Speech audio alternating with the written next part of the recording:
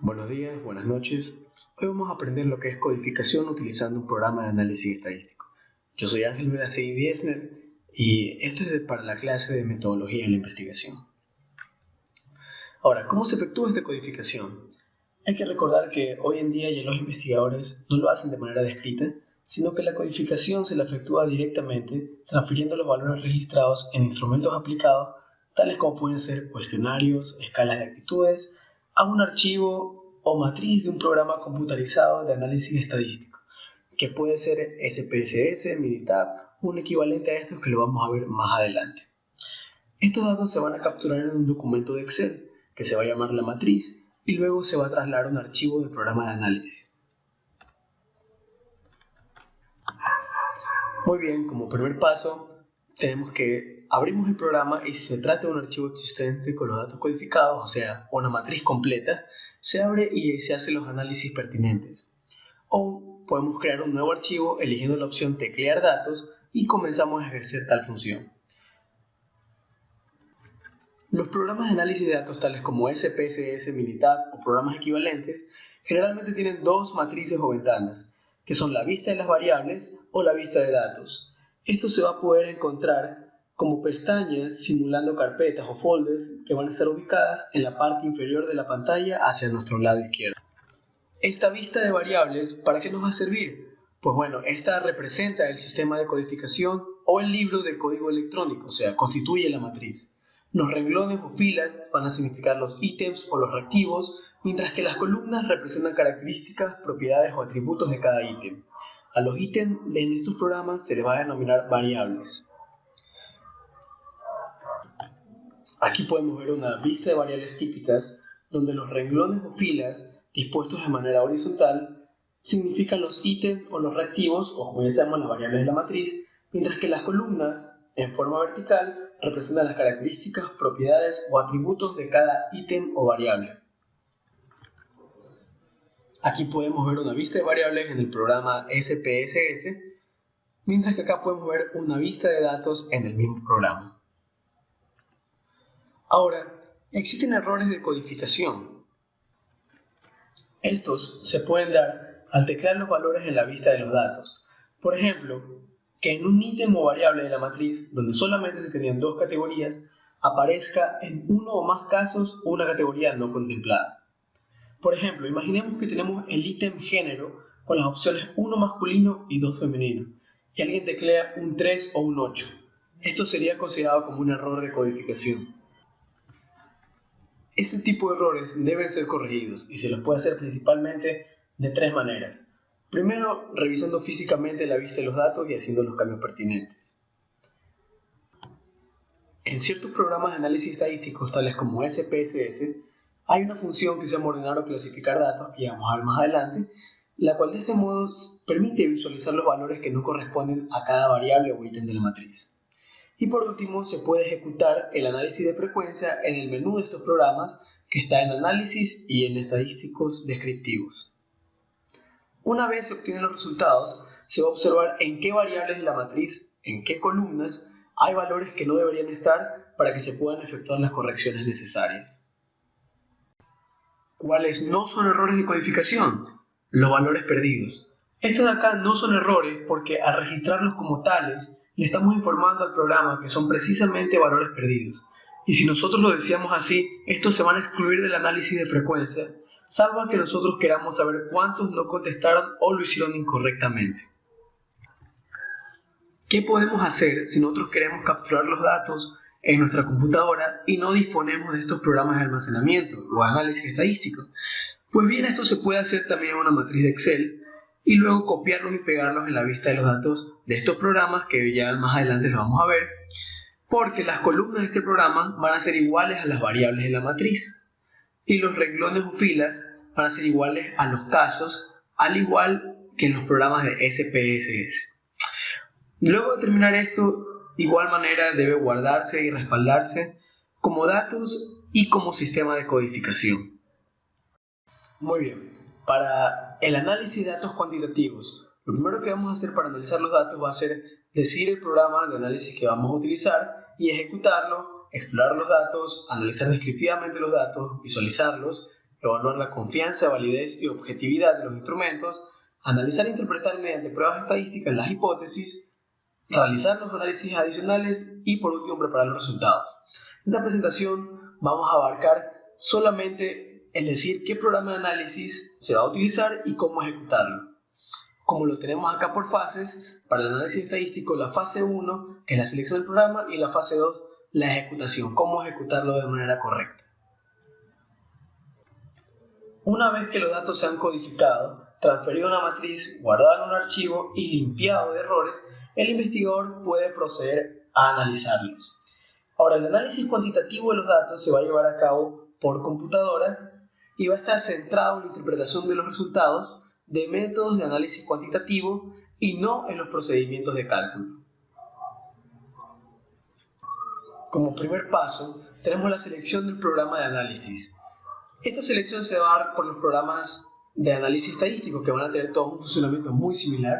Generalmente van a estar enfocados o van a tener dos partes. La primera parte va a ser la de definiciones de las variables, que a su vez se explican los datos, los elementos de la codificación ítem por ítem, indicador por indicador en casos propios de ingenierías y otras diversas disciplinas.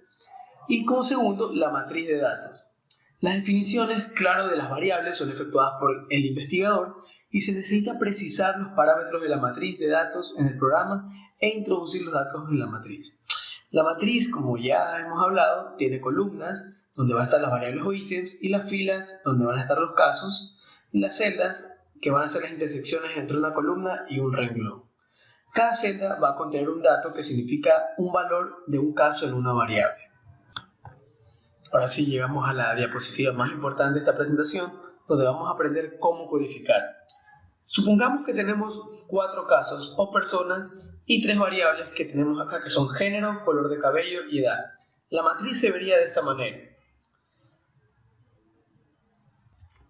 La codificación, especificada en la parte de las definiciones de las variables o columnas que corresponden a ítem, serían género, 1 para masculino y 2 para femenino, color de cabello, que es otra variable, 1 para color negro, 2 color castaño, 3 pelirrojo y 4 rubio, y edad solamente ponemos el dato bruto o crudo, entre comillas, de los años que tiene la persona. De esta forma, si leemos por renglón o fila, o sea los casos, de izquierda a derecha, la primera celda indica un hombre, la segunda que es de cabello negro y la tercera que tiene 35 años. En el segundo, un hombre de cabello negro y 29 años. La tercera, una mujer de cabello color negro con 28 años. Y la cuarta fila, en el caso número 4, nos señala una mujer rubia y de 33 años. Pero si leemos por columna o variable, de arriba hacia abajo, tendríamos en la primera, o sea en la del género, 2 hombres y 2 mujeres.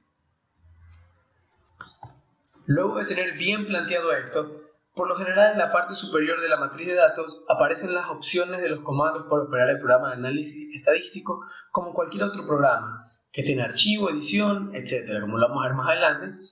Y una vez que estamos seguros que no hay errores en la matriz, se procede a realizar el análisis de esta matriz, o sea el análisis estadístico, en algunos programas, como ya lo hemos hablado anteriormente.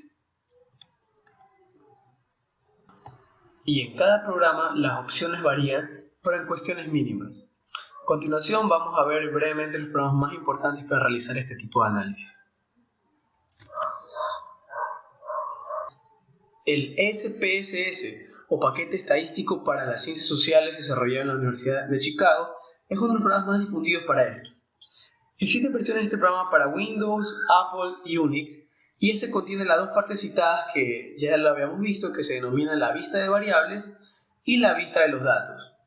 Asimismo, cada año surgen textos o manuales acordes con nuevas versiones, como sean también los otros programas, pero para actualización de manuales y para una guía de cómo usarlo se puede buscar en Google o en su propio sitio de internet.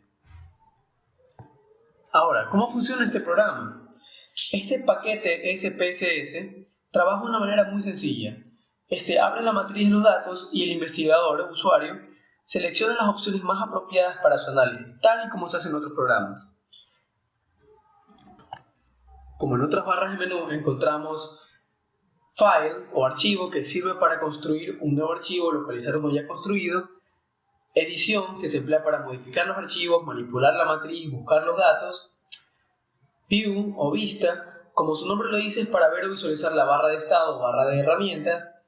La de los datos, aquí se utiliza para insertar variables o insertar casos o ordenarlos y limpiar archivos. En la de transformar, su función es la de recodificar, conjuntar o unir y modificar variables y datos y categorizar las variables asignándole rangos a los casos.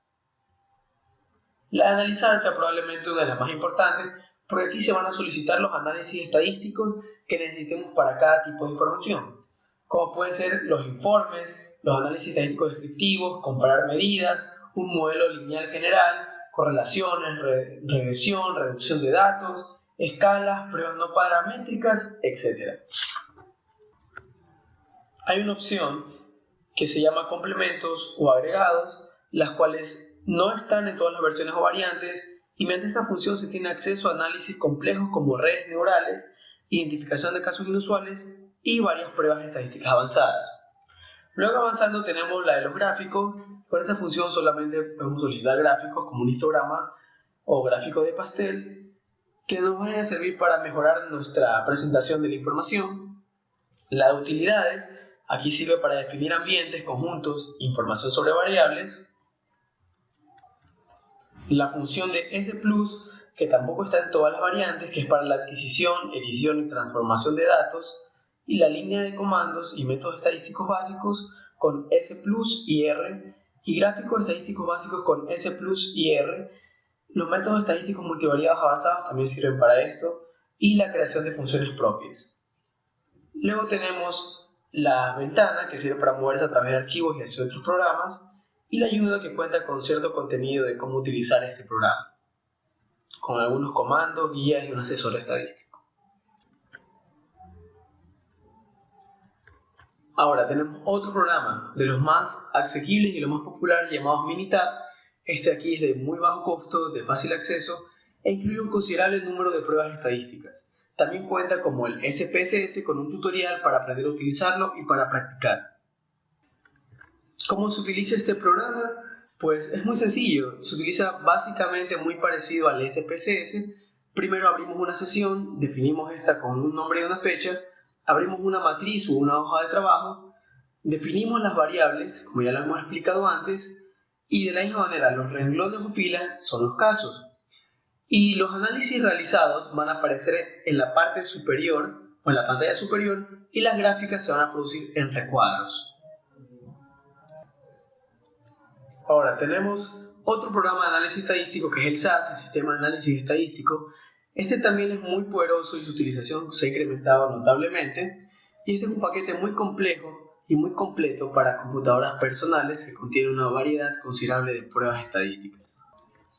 Ahora, ¿cuál elegimos? Porque de estos tres programas que hemos visto no son los únicos, y también existen programas muy parecidos a estos, pero como ya vimos, los tres programas que les acabo de presentar son los programas más utilizados, los más recomendables, y son programas que tienen realmente una interfaz muy parecida. Su uso también es bastante simple.